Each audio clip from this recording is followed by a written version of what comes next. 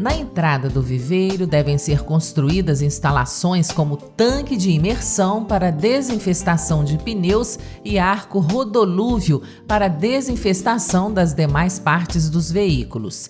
Espumas com solução desinfetante ou fungicidas cúpricos em pó devem ser colocadas na entrada dos telados para desinfestação de calçados. O viveiro deve ser instalado em local de fácil acesso para facilitar o transporte das mudas. A sua área deve ser calculada em função da quantidade de mudas a ser produzida e do espaçamento a ser utilizado. O local deve ser mantido limpo e organizado. As estufas devem receber manutenção periódica, evitando o rompimento dos filmes plásticos e das telas antiafídico. A água usada nos processos deve ser de qualidade, preferencialmente vinda de poço artesiano, o que garante a ausência de contaminantes que poderiam prejudicar a sanidade e o bom desenvolvimento das mudas. A escolha do filme plástico também é importante, considerando sua qualidade e tempo de vida útil.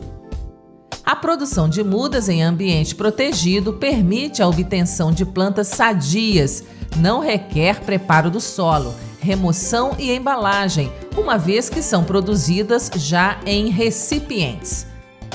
O ciclo de produção é mais curto, devido ao melhor controle dos tratos culturais e do substrato utilizado. É importante haver estruturas administrativas, como escritórios, para gerenciar as atividades, assim como áreas de alimentação para funcionários. Também é importante vestiários para que os funcionários possam trocar de roupa e deixar seus pertences.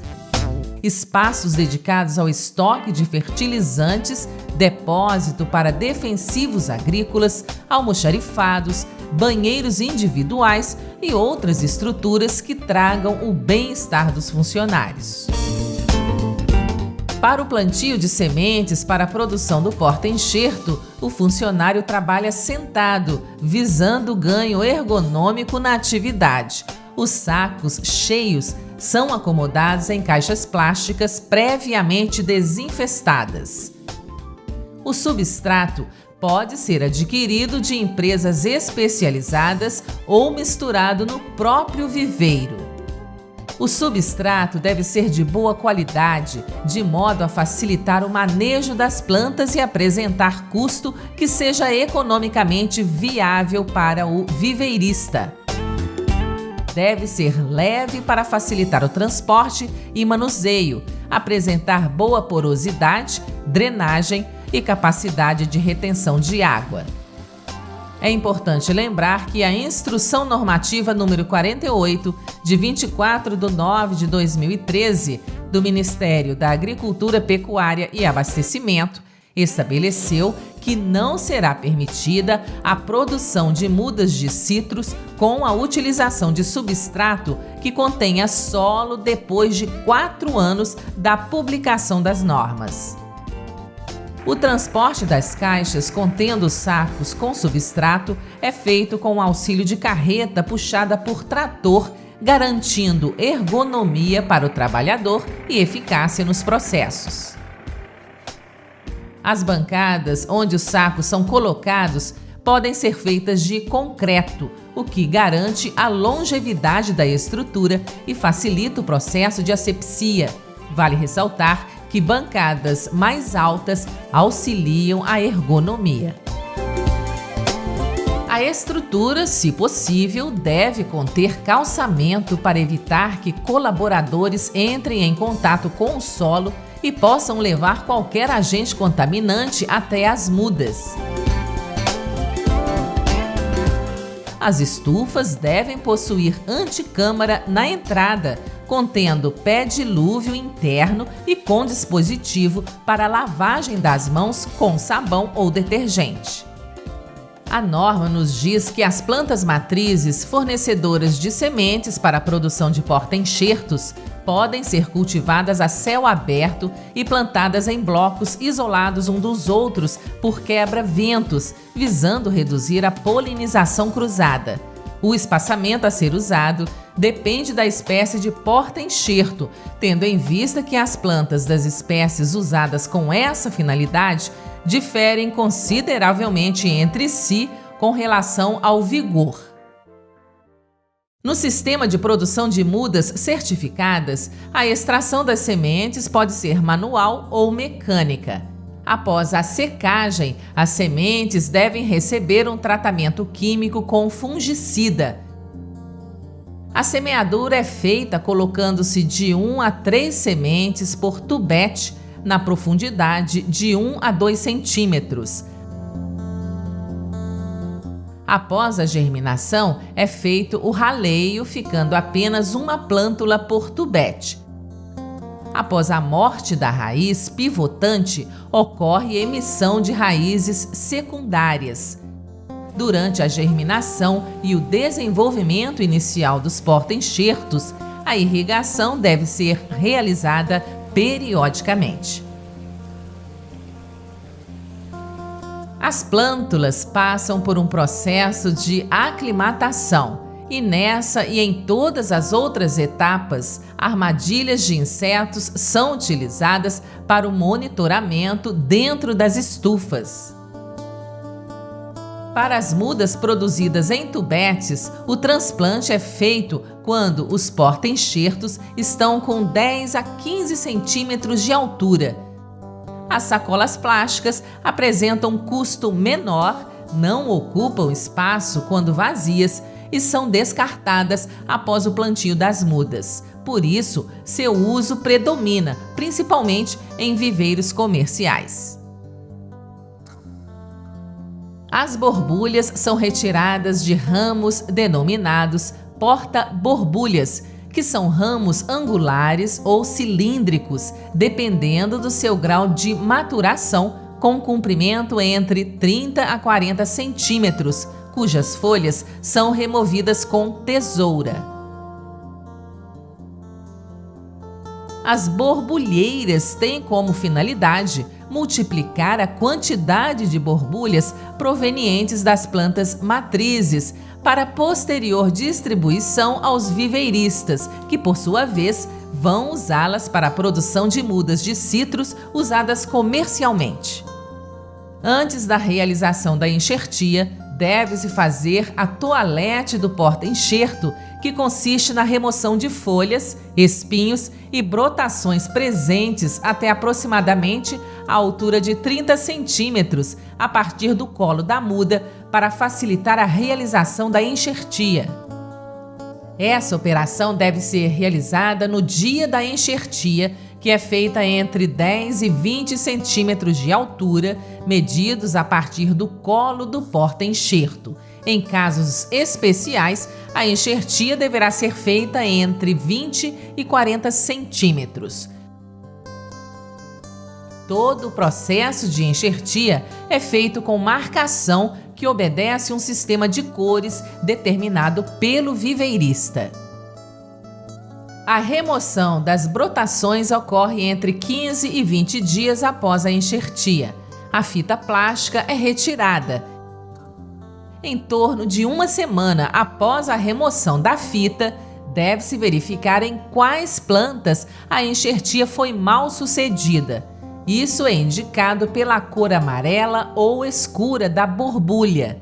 Nesse caso, faz-se uma segunda enxertia abaixo do ponto onde foi realizada a primeira. Com a fita removida, é feita a indução de brotação da gema do enxerto, que é realizada usando a prática denominada forçamento de brotação. Existem diversas técnicas para isso. Assim, a borbulha inicia o processo de brotação. Durante o crescimento do enxerto, ele deve ser tutorado utilizando estaca de arame galvanizado ou de bambu. Isso evita o tombamento e crescimento lateral do enxerto. Durante o crescimento, deve-se eliminar todas as brotações que surgem na planta até a altura de 30 a 60 centímetros, medida a partir do colo. As mudas de citros podem ser comercializadas em haste única ou com copa formada. No caso das mudas de copa formada, após a primeira poda, todas as brotações da haste devem ser removidas, com exceção de 3 a 5 brotos que formarão as pernadas, ramos maduros radialmente dispostos nos últimos 20 centímetros da parte superior da haste. A estufa deve permanecer sempre limpa e organizada. Quando possível, os sistemas automatizados de irrigação ou fertirrigação podem auxiliar na manutenção das mudas e na redução de mão de obra.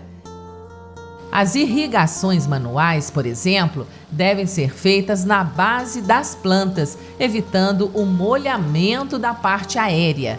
Já nos sistemas de irrigação, o gotejamento evita o molhamento da copa e são mais eficientes quanto ao consumo de água.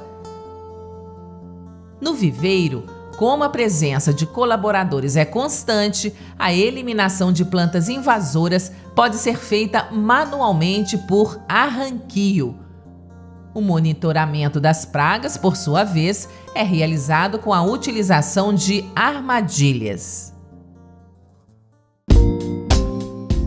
A colheita dos citros no Brasil é realizada em quase sua totalidade manualmente, tanto para os frutos destinados à produção de suco, quanto para aqueles usados para consumo de mesa. Caixas plásticas são distribuídas ao longo do pomar para que os colaboradores as encham no processo de colheita. Além disso, são utilizadas escadas para ter acesso à parte superior da copa. O acompanhamento fitossanitário do pomar deve ser feito constantemente para definir sobre a decisão do que e quando aplicar, em especial para inseticidas e fungicidas. As pulverizações são feitas por trator, preferencialmente de cabine fechada, para aumentar a segurança do tratorista e reduzir sua exposição à cauda. Os frutos impróprios para o comércio já são descartados nesse momento. As caixas cheias são recolhidas com o auxílio de trator, sendo transportadas para um caminhão que leva os frutos para a unidade de beneficiamento. Nessa unidade, as caixas são empilhadas sobre pallets, evitando contato direto com o chão. Ao chegarem ao packing house, as caixas de colheita com as frutas podem ser colocadas em um compartimento aplicador, onde recebem um banho com suspensão fungicida. Logo após a descarga na máquina classificadora, os frutos são conduzidos até um sistema de transportadores de roletes, no qual vão girando para possibilitar a inspeção visual de toda a sua superfície. Nessa etapa, são eliminados frutos com defeitos, manchas, rachaduras, podridões, ataques de insetos e detritos em geral. O local destinado à seleção dos frutos deve ser bem iluminado para permitir a visualização dos defeitos. Em seguida, os frutos são lavados para remover resíduos de pulverizações, terra, poeira, fumagina e cochonilhas. Esse processo é executado por lavador mecânico, constituído por escovas rotatórias de nylon e esteira rolante, sobre a qual os frutos recebem aplicação de detergente e são conduzidos sob jatos de água. A seguir, os frutos podem passar por um novo processo de seleção visual, em que são eliminados todos aqueles inadequados ao consumo de mesa, ou seja, manchados por ataque de pragas e doenças ou com danos mecânicos. Logo, passam por tratamento fitossanitário, que pode ser feito por pulverização direta da solução fungicida sobre os frutos por bicos pulverizadores ou por imersão, usando produtos registrados para essa finalidade. Depois disso, os frutos são encaminhados para secagem por transportadores, tipo rolete com escovas, para polimento da casca. A classificação visa a aceitação no mercado e os frutos são classificados levando em consideração a cultivar, o tamanho ou calibre, a coloração e a presença de defeitos. Após esse processo, é momento então da embalagem. Os recipientes possíveis podem ser redes de material sintético ou ainda de caixas de papelão ondulado. As embalagens não podem causar danos aos frutos e suas dimensões. Depois de embalados, os frutos são destinados diretamente ao mercado ou paletizados. As embalagens devem ser rotuladas com informações básicas, como nome do produtor, endereço, CNPJ, grupo ou variedade, classe ou calibre, peso líquido e data de embalagem.